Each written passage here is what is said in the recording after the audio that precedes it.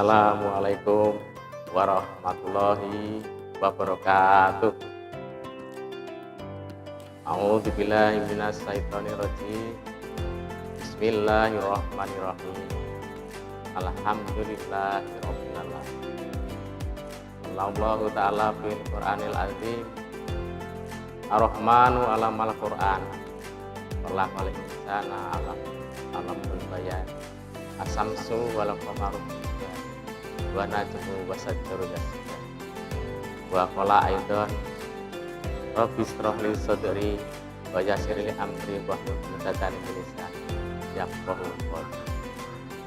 Wassalatu wassalamu ala asrofil anbiya'i wal mursalin sayyidina wa maulana Muhammadin sallallahu alaihi wasallam wa ala alihi wasallam. Amma ba'du. Hadirin yang berbahagia, anak-anakku, siswa-siswi PT SMP Negeri 2 Wonokerto. Pertama-tama, marilah kita panjatkan syukur kehadirat Allah Subhanahu wa Ta'ala, yang mana pada kesempatan kuliah subuh pagi ini di bulan Ramadan yang penuh barokah ini, kita masih bisa bertemu dalam majelis ini dalam keadaan sehat walafiat. Yaitu marilah bersama-sama kita ucapkan adalah alhamdulillah. Salawat dan salam semoga tetap tercurah pada junjungan kita Nabi Agung Muhammad sallallahu alaihi wasallam, yang senantiasa kita harapkan syafaatnya nanti di dalam tanda cinta kepada Rasulullah. Marilah kita bersama-sama untuk bersalawat. Allahumma sholli ala sayyidina Muhammad wa ala ali sayyidina. Hadirin rahimakumullah, siswa-siswi UPT SMP Negeri 2 Wonokerto. Pada kesempatan pagi ini kita akan membahas tentang keutamaan dari puasa. Sebelumnya, puasa seperti yang diperintahkan oleh Allah Subhanahu wa Ta'ala pada surat Al-Baqarah ayat 183 yang berbunyi, A'udzubillahi minasyaitonir rajim. Bismillahirrahmanirrahim. Ya ayyuhalladzina amanu kutiba alaikumusiyam kama kutiba alal ladzina min qablikum la'allakum tattaqun. Yang artinya, wajibkan kamu berpuasa bagaimana orang-orang sebelum kamu, supaya kamu menukil dari perintah Allah tadi, maka kita wajib untuk melaksanakan puasa di bulan Ramadan. Tidak ada alasan bagi yang tidak mempunyai udur. Puasa itu adalah menahan lapar dan haus dalam kondisi biasa memang sangat berat. Sangat berat anak. Sebab apa? Sudah menjadi suatu fitrah manusia bahwasanya pada diri manusia itu perlu memenuhi hajat hidupnya. Apa hajat hidupnya itu? Hajat hidupnya adalah mengisi tubuh kita dengan asupan-asupan supaya tetap bisa menjalankan roda tubuh ini untuk selalu sehat dari waktu ke waktu. Jadi seperti biasa, apabila kita pada waktu pagi makan, pada waktu siang makan, pada waktu sore makan, maka tentu pada saat itu tubuh kita akan menagih. Jadi minta asupan untuk diberi makanan. Tetapi pada saat puasa ini, maka kita harus menahan. Kita menahan diri dari yang membatalkan puasa, dari terbit fajar sampai tenggelamnya matahari, yaitu antara lain makan, minum, dan menahan syahwat. Begitu beratnya anak-anak kita pada waktu menahan diri itu, tetapi apabila hal itu kita jalani karena itu adalah perintah dari Allah Subhanahu wa Ta'ala, seperti yang dinukil tadi, maka dalam menjalankan puasa itu tentu kita akan terasa indah dan nikmat. Jadi kuncinya adalah kita menjalankan perintah Allah dengan penuh iman. Sekarang kita akan membahas tentang keutamaan atau fadilah yang diberikan kepada orang yang berpuasa di bulan Ramadan sesuai dengan janji Allah. Yang antara lain adalah mendapat balasan langsung dari Allah. Tunai anak-anak. Dari Abu Hurairah radhiyallahu anhu, Rasulullah sallallahu alaihi wasallam bersabda, Allah azza wa jalla berfirman dalam hadis suci, semua amal perbuatan anak Adam, yakni manusia, itu adalah untuknya, untuk diri manusia itu, kecuali berpuasa. Karena sesungguhnya puasa itu adalah untukku, dan aku akan memberikan balasan dengannya. Puasa adalah sebagai perisai dari kemaksiatan serta perisai dari api neraka. Maka dari itu, apabila pada satu hari seseorang di antara engkau semua itu berpuasa, maka janganlah dia bercakap-cakap yang kotor, dan jangan pula bertengkar. Apabila ia dimaki-maki oleh seseorang, misalnya oleh lawan, dan mengajak bermusuhan, maka hendaklah dia berkata, sesungguhnya saya adalah sedang berpuasa.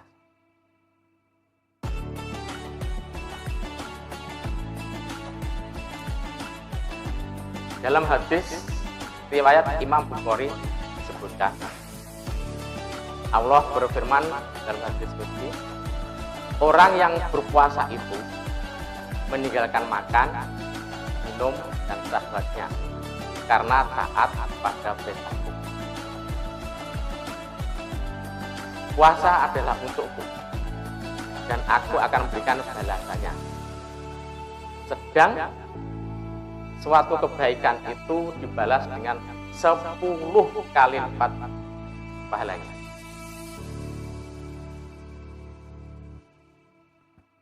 Dalam riwayat Imam Muslim disebutkan, setiap amal perbuatan anak Adam, yakni manusia, yang berupa kebaikan akan dilipat gandakan pahalanya dengan 10 kali hingga 700 kali lipatnya.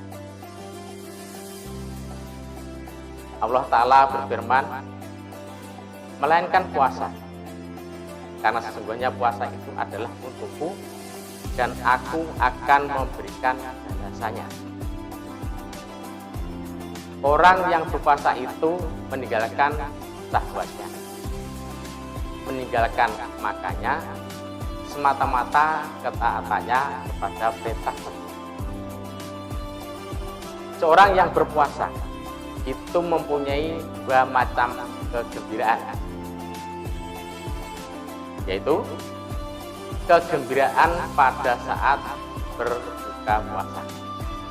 Nah, anak-anak, pada waktu berbuka puasa ini adalah sesuatu yang kita nanti-nantikan dari pagi, kemudian pada waktu kita menjelang maghrib, kita akan menunggu saat berbuka.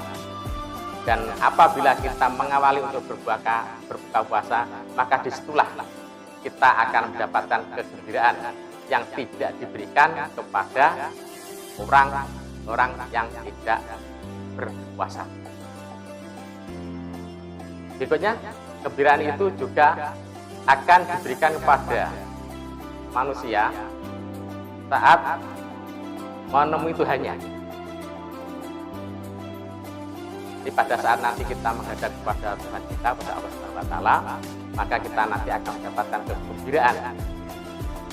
Yang mana kegembiraan itu tentunya akan kita rasakan nanti pada saat kita sudah sampai pada waktunya, yaitu pada saat menemui Allah Subhanahu wa Ta'ala. Nah, anak-anak, pada waktu kita puasa sudah tentu mulut kita itu akan berbau. Tapi anak-anak perlu diketahui bahwasanya bau bacin mulut orang yang berpuasa itu lebih harum di sisi Allah daripada bau minyak kasturi.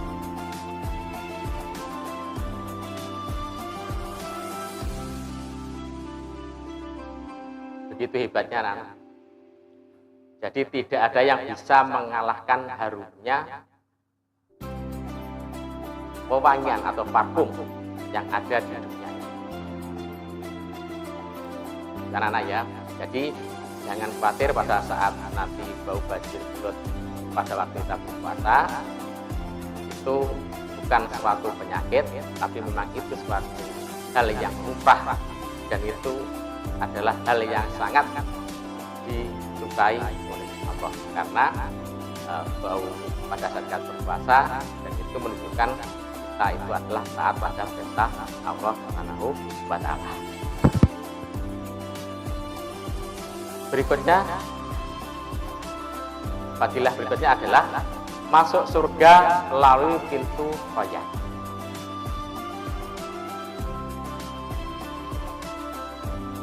Dari Abu Hurairah radhiyallahu anhu bahwasanya Rasulullah Shallallahu alaihi wasallam bersabda, barang siapa yang menafkahkan sepasang binatang, yakni 2 ekor kuda, lembu ataupun unta, dalam kepentingan fisabilillah, maka ia akan dipanggil dari semua pintu surga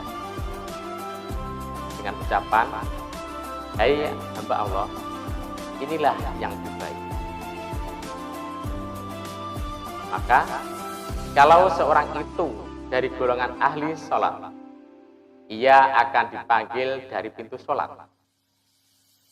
Barang siapa yang termasuk dalam ahli jihad, maka ia akan dipanggil dari pintu jihad. Barang siapa yang termasuk dalam ahli puasa, maka ia dipanggil dari pintu Rayyan, yang artinya puas atau kenyang hidup. Barang siapa yang termasuk dalam ahli sedekah, maka dia dipanggil dari pintu sedekah. Abu Bakar radhiyallahu anhu berkata, ya Rasulullah, tidak ada kerugian sama sekali bagi seseorang yang telah dipanggil dari pintu-pintu itu. Tapi apakah ada seseorang yang dipanggil dari semua itu? Beliau Rasulullah Shallallahu alaihi wasallam menjawab, ya, ada. Dan saya mengharapkan agar Anda termasuk dalam golongan orang yang dipanggil dari semua pintu tadi. Dari Sahal bin Sa'ad radhiyallahu anhu, Nabi Shallallahu alaihi wasallam bersabda, sesungguhnya di dalam surga itu ada sebuah pintu yang disebut pintu Rayyan, artinya puas dan kenyang hidup. Dari pintu itu masuklah semua orang yang berpuasa besok pada hari kiamat. Tidak ada seorang yang selain orang-orang yang berpuasa itu dapat masuk dari pintu itu. Dikatakan, manakah orang-orang yang berpuasa? Lalu mereka itu berdiri. Lalu tidak seorang pun yang dapat masuk dari pintu royan tadi selain orang-orang yang berpuasa.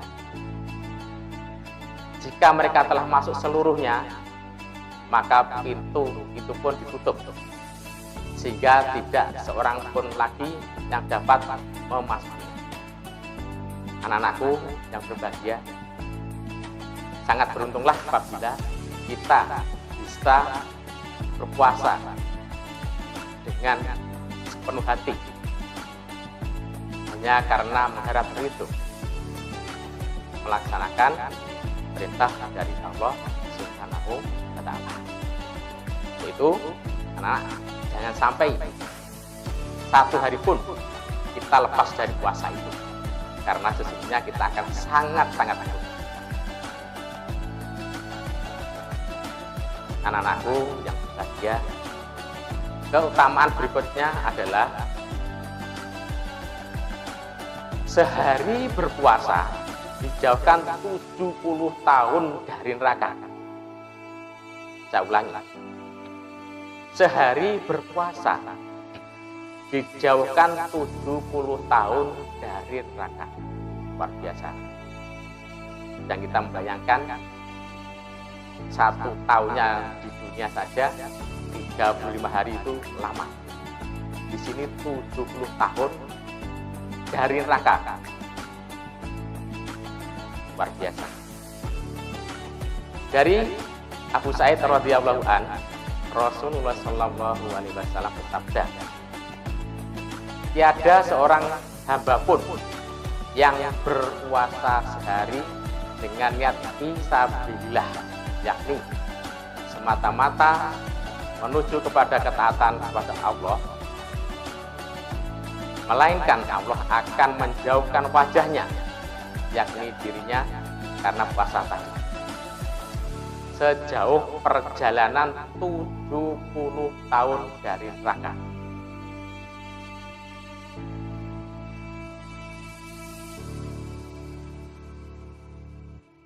Hadirin anak-anakku dari BPSMP Negeri Purwokerto, berikutnya, fadilah berikutnya atau keutamaan berikutnya yang puasa adalah diampuni dosa-dosanya terdahulu. Dari Abu Hurairah radhiyallahu anhu, bahwasanya Nabi sallallahu alaihi wasallam bersabda, barang siapa yang berpuasa di bulan Ramadan karena didorong oleh keimanan dan harapkan keridhaan Allah, maka diampunkanlah untuknya dosa-dosanya yang terdahulu. Nah, tentunya tiap hari kita, baik disengaja ataupun tidak disengaja, kita akan melakukan dosa-dosa yang kecil yang tidak kita sadari itu, apabila terus menumpuk, akan menjadi suatu dosa yang besar. Di sini pada bulan Ramadan ini kesempatan bagi kita untuk melebur dosa-dosa kita sesuai dengan apa yang disabdakan oleh Nabi kita yang telah kita sampaikan. Dan anak-anak sekali lagi, jangan sampai kita melalaikan puasa. Berikutnya, keutamaan berikutnya adalah ada keberkahan di dalam makan sahur. Nah, ini anak-anak, pada waktu puasa kita diawali dengan makan sahur. Jadi sebelum nanti kita sholat subuh, kita makan sahur dulu. Tidak sia-sialah makan sahur itu, anak. Karena di situ sesuatu yang dilakukan oleh Nabi kita merupakan sesuatu hasanah yang harus juga kita ikuti. Seperti yang disampaikan dari Anas radhiyallahu anhu, berkata Rasulullah sallallahu alaihi wasallam bersabda, makan sahurlah kalian, karena pada makan sahur itu terdapat keberkahan. keberkahan. Keberkahan itu hanya bisa diterima oleh orang-orang yang mendapatkan hidayah atau sesuatu yang telah dipilih oleh Allah. Mudah-mudahan kita juga menjadi bagian yang dipilih oleh Allah, mendapatkan keberkahan pada saat kita melakukan makan sahur. Untuk itu anak-anak, jangan sampai pada waktu kita berpuasa itu malas untuk sahur. Ada di antara kalian itu biasanya makan sahurnya sebelum tidur. Nah, sebaik-baiknya sahur adalah yang mendekati waktu berpuasa. Sekali lagi, pada waktu sahur itu ada keberkahan, jangan sampai kita lewatkan. Berikut untuk keutamaan dari puasa adalah senantiasa dalam kebaikan selama berbuka. Kalau tadi kita sahur, maka sekarang ini adalah berbuka. Jadi senantiasa ada kebaikan selama berbuka. Dari Sahal bin Sa'ad radhiyallahu anhu bahwa Rasulullah Shallallahu alaihi wasallam bersabda, orang-orang itu senantiasa dalam kebaikan selama mereka menyegerakan berbuka. Jadi anak-anak, pada waktu kita berbuka puasa, maka jangan kalian mengambil waktu belakangan. Pada waktu sudah ada tanda-tanda untuk berbuka puasa, ada maghrib, berarti segeralah untuk membatalkan puasa dengan cara berbuka puasa. Menurut riwayat Tirmizi dari hadis Abi Hurairah radhiyallahu anhu bahwa Nabi Shallallahu alaihi wasallam bersabda, Allah azza wa jalla berfirman, hamba yang paling aku cintai adalah mereka yang paling menyegerakan berbuka. Untuk itu anak-anak, sampai ya kita melambatkan puasa, sekali lagi segeralah karena di situ ada kebaikan. Anak, kiranya pertemuan pagi ini sampai di sini yang bisa saya sampaikan. Ada kurang lebihnya saya maaf. Ihdinas siratal mustaqim. Assalamualaikum warahmatullahi wabarakatuh.